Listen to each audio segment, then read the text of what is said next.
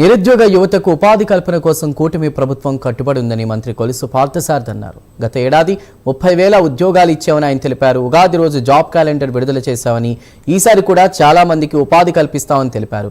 బాపట్ల జిల్లాలో అధికారులతో అభివృద్ధిపై సమీక్ష నిర్వహించారు. రైతుల పర్ క్యాపిటల్ పెంచేందుకు కూడా జిల్లా వ్యవసాయ శాఖ అధికారులను అభినందించారు. ఆయన మే 15 కల్లా కాలువలకు నీళ్లు వదులుతామని తెలిపారు. దీనికోసం వ్యవసాయ అధికారులు, రైతులు సిద్ధంగా ఉండాలని సూచించారు మంత్రి పార్థసారథి.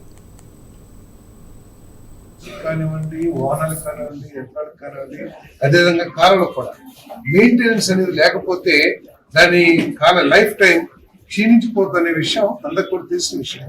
కానీ పోయిన ప్రభుత్వం వారికి వ్యవసాయం పట్ల ఒక అవగాహన లేకపోవడం వల్ల కానివ్వండి, లేకపోతే రైతు పట్ల, రైతు సమస్య పట్ల ఒక అవగాహన లేకపోవడం వల్ల కానీ ఆ ఓఎండ్ఎం వర్క్స్ కి ₹1 కూడా కేటాయించకపోవడం మూలంగా ఈ సిస్టమ్ అంతా కూడా, ఈ కెనాల్ సిస్టమ్, డ్రైనేజ్ సిస్టమ్ అంతా కూడా ఇబ్బందికర పరిస్థితిలో ఉంది.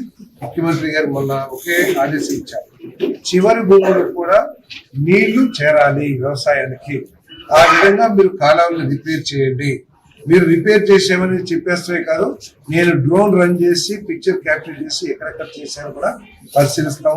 కలెక్టర్ కూడా ఆ విధంగా ఆదేశాలు ఇచ్చారు కాబట్టి అవి కూడా చేస్తామని చెప్పేసి ఈ సందర్భంగా నేను మనవి చేస్తాను.